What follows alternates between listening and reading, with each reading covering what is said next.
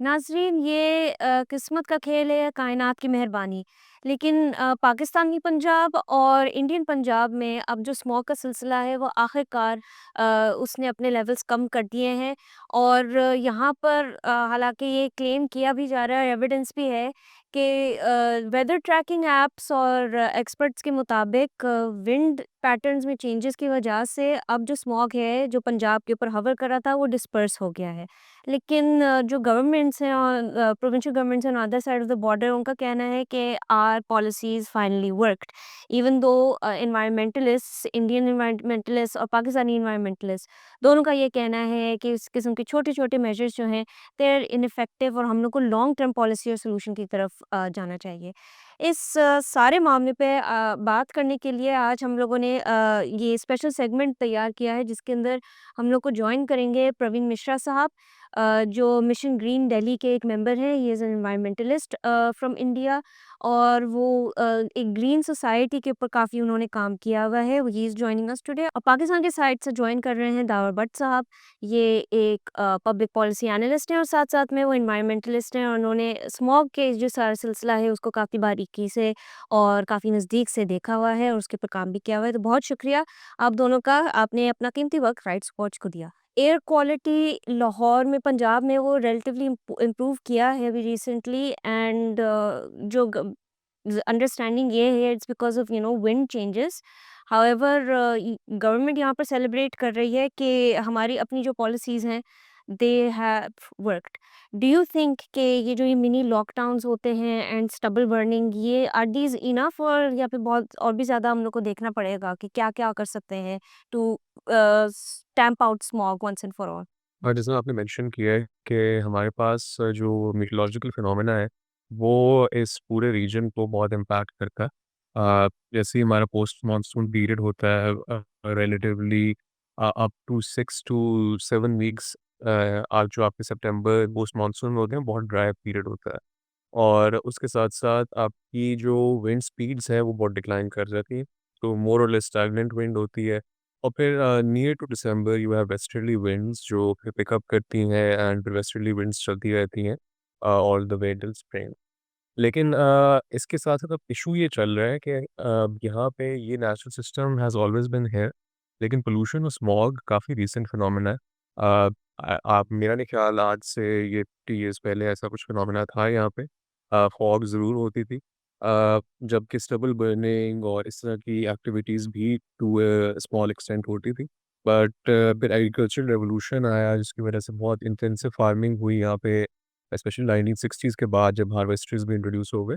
उसके बाद ये आहिस्ता-आहिस्ता राइस कल्टीवेशन बहुत बढ़ी है on both sides of the border and rice cultivation बढ़ी इसलिए क्योंकि number 1 you have to feed the population. कि अगर दोनों पंजाब्स में चावल ना उगे, तो how do you put food on the table for the rest of the country?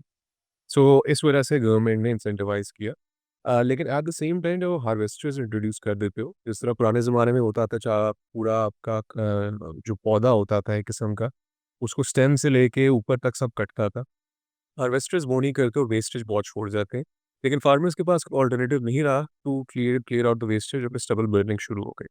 अब स्टबल बर्निंग ऐसा वो एक किस्म का उसका एपेक्स बन चुका है कि वो होनी ही होनी है, नवंबर में पीक पे जाना है और depending on the wind pattern either हमारी साइड पे पोल्यूशन बहुत ज़्यादा होगी और on the eastern side in India. And सही। क्योंकि cities eight the same time बहुत पॉपुलेट हुई हैं, तो सिटीज़ के अंदर पोल्यूशन सोर्सेज़ बहुत बढ़ गए हैं।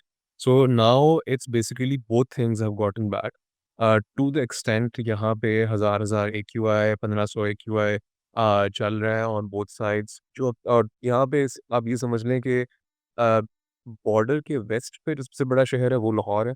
बॉर्डर के ईस्ट पे टिल दिल्ली उतना बड़ा शहर नहीं आता। आपके पास शहर आते हैं ज़रूर, आपके पास अमृतसर आता है, जालंधर आता है, चंडीगढ़ आता है। इसी तरह जो दिल्ली एनसीआर का रीजन है, वहाँ पे भी काफ़ी ज़्यादा शहर है, लेकिन इतना बड़ा any city with more than 15 million people, 16-17 million people does not exist. तो जो सबसे बड़े शहर हैं, उनकी अपनी लोकल सोर्सेज़ इतनी है कि उन पे आप एडिशन कर दें 30-40% मोर पोल्यूशन की, तो वो तो ऑब्वियसली अनबेरेबल हो जाएगा, which is what we are currently facing. ठीक है। सो अब इसके सॉल्यूशंस ये हैं that we have to build a trust between the government and the people and the farmers कि आप एक तो स्टेबल बर्निंग का मेथड में क्या कंट्रोल ला सकते हैं कि सपोर्ट प्राइस आएगी, सीडर्स आएँगे, को एजुकेट करेंगे। साथ ही साथ शहरों के अंदर जो लोकल सोर्सेज़ ऑफ पॉल्यूशन है, उनको भी कंट्रोल करना है, which is transport, power and industry. बिल्कुल। So this these both things have to happen hand in hand to reduce pollution. अच्छा मिश्रा जी, जिस तरह हम पंजाब की जो पाकिस्तानी पंजाब की वज़ीर आला हैं मरीम नवाज़, उन्होंने कहा कि जो हवाएँ हैं वो सरहदें नहीं देखती, उनको नहीं पता होता कि सरहदें किधर हैं। तो ये चीज़ बहुत ज़्यादा आजकल पाकिस्तान में रियलाइज़ हो रही है कि स्मोक का जो इश्यू है इस पे अ, अगर जिस तरह जावर साहब ने भी कहा कि वो लाहौर सबसे बड़ा शहर आता है अगर बॉर्डर के इस तरफ देखें, तो इस पे काबू पाने के लिए एक क्रॉस बॉर्डर या एक जॉइंट एफर्ट की ज़रूरत है। तो आपको क्या लग रहा है कि इंडिया और पाकिस्तान इस हवाले से किस किस्म की जॉइंट स्ट्रैटेजी उनको बनानी चाहिए? ख़ास तौर पे अगर सिर्फ़ दोनों पंजाब की हम बात करें तो वो कौन से इक़दामात हैं जो दोनों पंजाब को साइमल्टेनियसली लेने होंगे जिसकी वज़ह से जो स्मोक है वो ना नई दिल्ली में हो, ना वो लाहौर में हो? जी हाँ, बहुत अच्छा प्रश्न है आपका। आप सभी को एक बार नमस्कार करता हूँ और डाबर साहब को भी नमस्कार करता हूँ। और हम लोग तो देखिए क्या है कि पूरे विश्व को ही एक परिवार मानने की मान्यता पर चलते हैं। तो मानवता की भलाई के लिए जहाँ कहीं भी काम हो और हम लोगों के एफर्ट से यदि पूरे मानवता में कहीं भी कुछ भलाई हो, तो उस पॉइंट को हम लोगों को सभी को मिलकर साथ लेकर आगे बढ़ना चाहिए। क्योंकि जीवन जहाँ पर है, वहाँ पर हम लोग ये उम्मीद करते हैं कि कहीं न कहीं ये परमात्मा का अंश है और हमें इसे अच्छे से रखना चाहिए। अपने पूरे जीवन काल में जो कुछ भी एफ़र्ट्स हो, इसे लोगों तक ट्रांसफ़र भी करना चाहिए। हुँ। इस तरह से हम लोग देखते हैं कि एजुकेशन, शिक्षा, तालीम एक बहुत बड़ा मैटर करता है हमारे समाज में।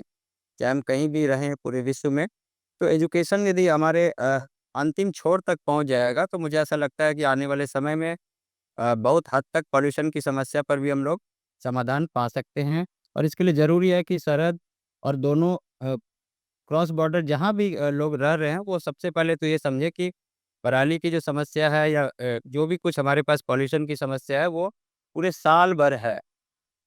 बेस समय हम लोगों के पास आता है कि जब हमारे पास सितंबर से लेके नवंबर, दिसंबर के फर्स्ट वीक, सेकंड वीक तक इस समय में थोड़ा ज़्यादा हो जाता है। तो क्यों ना हम लोग एक साझा प्रयास हमेशा के लिए करें, जिससे कि पॉल्यूशन पर कंट्रोल पाया जा सके। ठीक है। इस टूल किट हम लोगों ने बनाए हैं, जिसमें हम लोगों ने अपने तरफ से जो प्रैक्टिस है, वो आप तक भी पहुँचाना चाहूँगा और क्योंकि आपके शहर में भी यदि कोई कुछ पॉल्यूशन हो रहा हो या उसे हम लोग कम कर सकें मिल-जुल कर, तो इसका असर दोनों तरफ दिखेगा। आपने कहा कि इसके लिए नए टूल्स आने चाहिए एक और दावर साहब ने भी बात की कि नई टेक्नोलॉजी की तरफ जाना चाहिए। The but the point is कि ये अगर फ़र्ज़ करें कि अमृतसर का किसान है, उसके पास वो टेक्नोलॉजी आ जाती है और वो लाहौर के किसान या हमारे शेखुपुरा के किसान के पास नहीं आती, तो उसका फ़ायदा नहीं होगा क्योंकि कहा जाता है कि जो अमृतसर की फ़ज़ा है अगर वो गंदी होगी या वो आलूदा होगी, तो वो लाहौर की फ़ज़ा को हर हाल में आलूदा करेगी और इसी तरह से वाइस वर्सा लाहौर की फ़ज़ा आलूदा है, तो वो उसका इम्पैक्ट लाज़मी तौर पे अमृतसर की, जलंधर की, फ़िरोज़पुर की फ़ज़ा में होगा। तो आपको नहीं समझ आती कि ये दोनों मुल्कों के जो पंजाब हैं, उसके कम से कम जो ज़राअत के हवाले से जो है वो इकट्ठे बैठ के उनको एक जॉइंट टास्क फ़ोर्स बनानी चाहिए या इवन कि कोई जॉइंट फ़ंड बना लेना चाहिए ताकि मिल के दोनों मुल्क जो हैं वो एक-दूसरे की हेल्प कर सकें इस चीज़ में। हाँ, ये देखिए ये लॉन्ग टर्म पॉलिसी है और ये दोनों देश, दोनों मुल्कों के बीच की जो बातचीत है उनको तो आगे आने वाले समय के लिए रणनीति स्ट्रैटेजी के रूप में लेना चाहिए। ये तो हम लोग इस बात से सहमत होंगे। लेकिन अभी बात हो रही है एज़ ए सिटिज़न हम लोग क्या कर सकते हैं? जी। तो हम लोग अपने तरफ से कोशिश करें कि प्रत्येक नागरिक, प्रत्येक इकाई जो कुछ भी अपने तरफ से पॉल्यूशन को कम करने का एफर्ट्स हो वो अपने जीवन में, अपनी आदतों में शुमार करें। और जब हम लोग ये आदतों में शुमार करने लगेंगे तो इसका इम्पैक्ट ग्लोबल भी दिखेगा। सही। तो अब सरहद के इस पार हो या उस पार हो, ये मैटर नहीं करता है।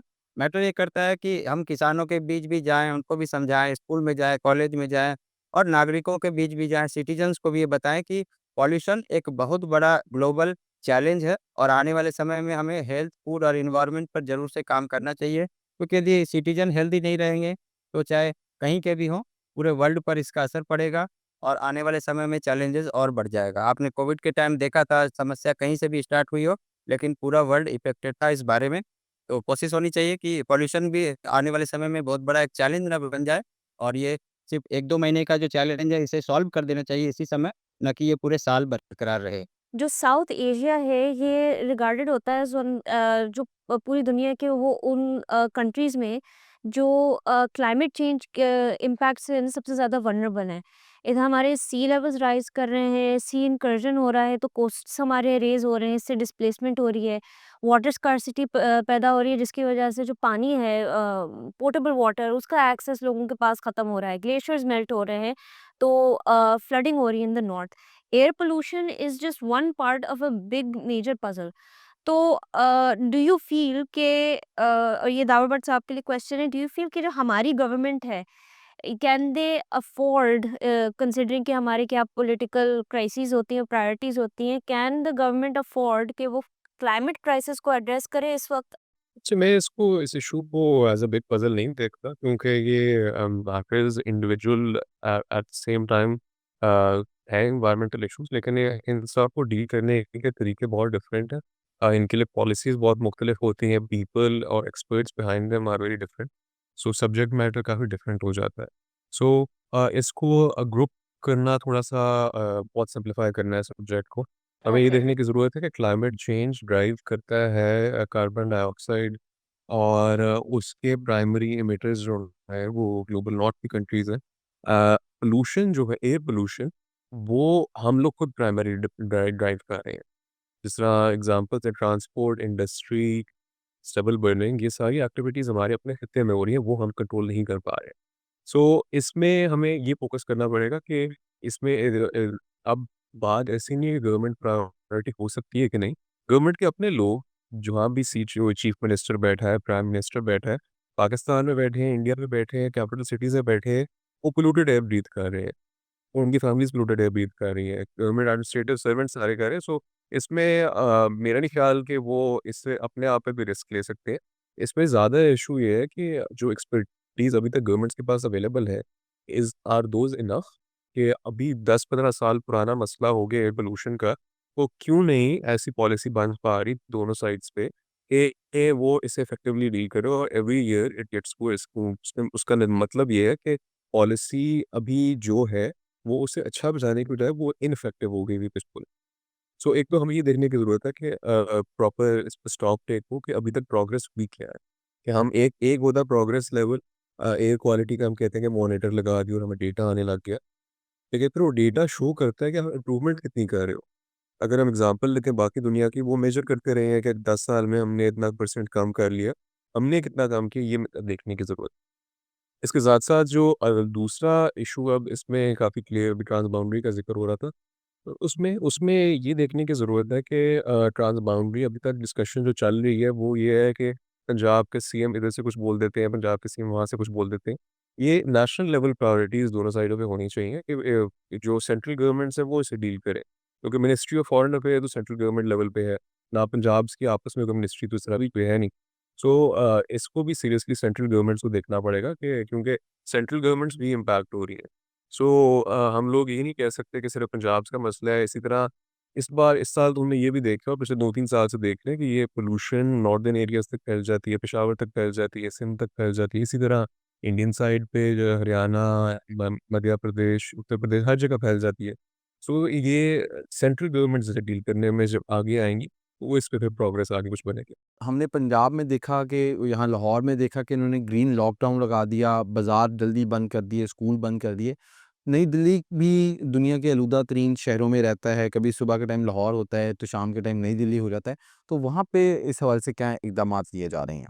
दिल्ली में जो पॉल्यूशन का लेवल था वो काफ़ी ज़्यादा बड़ा था, लेकिन अ, बात करें आपके शहर, आपके देश के मुकाबले, तो यहाँ पर पहले से बहुत सारे प्रिकॉशनरी मेजर लिए जा रहे थे, और उसका इम्पैक्ट ये था कि यहाँ पर जल्दी से जल्दी एक कंट्रोल भी हो चुका है।